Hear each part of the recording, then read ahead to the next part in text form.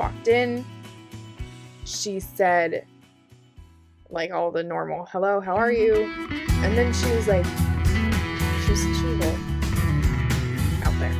She was like, do you have EDS? With the EDS, it's a little bit more complicated.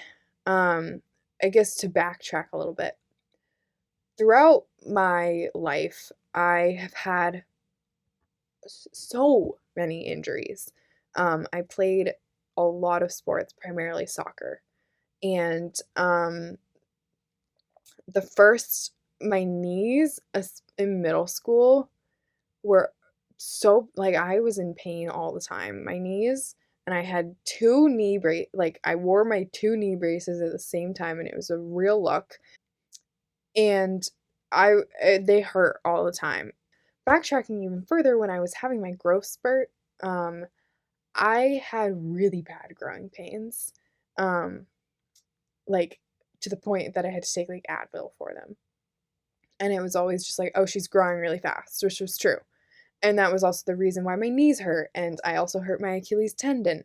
And it was just that, like, my bones were growing too fast, and my ligaments and muscles and stuff couldn't keep up. So that's why I was in pain a lot, which might be true, but looking back on it, it was probably more than that. So my knees were hurting all the time. I was in physical therapy way too early. Like, I've been to so many physical therapists for various things, and I'm always the youngest there. Always. So I started going to physical therapists like in 6th grade, maybe even younger than that, for my knees and my Achilles tendon. And it was always that I was growing, or usually that I was growing really fast. But as I started to get more competitive in sports and started to play them more often, like in middle school, I was playing school soccer and town soccer. So I was playing soccer sometimes twice a day, 6 times a week. So, it was always that, like, oh, I was using my body too much, like my body was tired, all these various things. Then when I got to high school and it started getting competitive and, like, it was more intense, I started to get, like, more serious injuries. And I remember in one particular instance, I was tripped and my knee hurt. So the trainers came on and took me off, and they were making sure that, like, nothing was broken in my knee or torn. So they were, like, moving it back and forth. And the trainer asked me, did you know that your knees are double jointed? And I said, no, but my arms are, and my shoulders definitely are, because from, like, as long as I can remember, that was always my fun fact, is that I could dislocate my shoulders and I could flip my arms all the way around, without it hurting.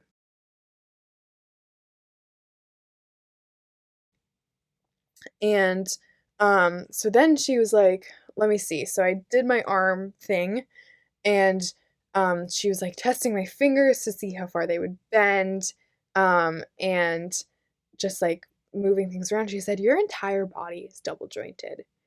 And I was like, what? And she was like, yeah. But that didn't mean anything to me. That was probably, like, my freshman or sophomore year of high school. And when I don't know when it happened. My junior, my sophomore year, I ignored it for a really long time, and most people know this story, but I will just back up. My hip really started hurting. So at my last appointment with my surgeon, he was making sure everything was good and, like, moving my hip around, and he said, the chances of this happening again to you on your other hip, or maybe even potentially the same hip, is really high because you have very flexible hypermobile joints. Again, this didn't mean anything to me because I didn't know what EDS was, and I was just like, makes sense. I've always been flexible. I've always been able to move in weird ways. Then jump back to when I got my POTS diagnosis and my potential EDS diagnosis, all of the pieces of my injuries in my life were coming together. My hip injury, my knee injuries, my Achilles, every time I've ever been in pain, my growing pains, everything started to make sense now. Why I have been in pain for so long, and why I can dislocate my joints, and why all of this stuff is happening to me. It made sense. So I officially got a POTS diagnosis because I went to a POTS specialist. They put me on medication, etc. For EDS, the only way to like really confirm that you have it is to go to a geneticist because it's a genetic condition.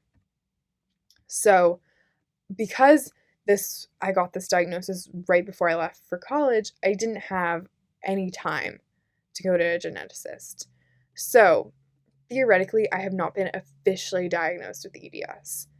However, it seems pretty obvious to me and to my primary doctor and my parents that this is probably likely. But regardless of whether it's you have EDS or you don't, to know that it's probably something makes me feel so much better.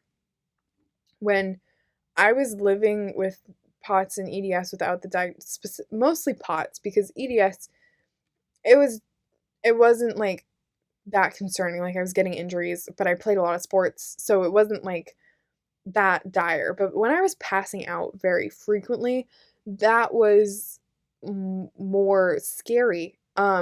So when I got the POTS diagnosis, it was such a relief to know that I wasn't just making this up and that I was some anomaly and that I was weird and that there was nothing I could do and I was just going to pass out for the rest of my life. So getting a diagnosis made me feel so much better. It also made me feel scared because it was new to me. But even more so, I was just like, "Oh my God, thank God that it's actually something and I'm not just making this up." Um so getting that diagnosis was a huge relief for me.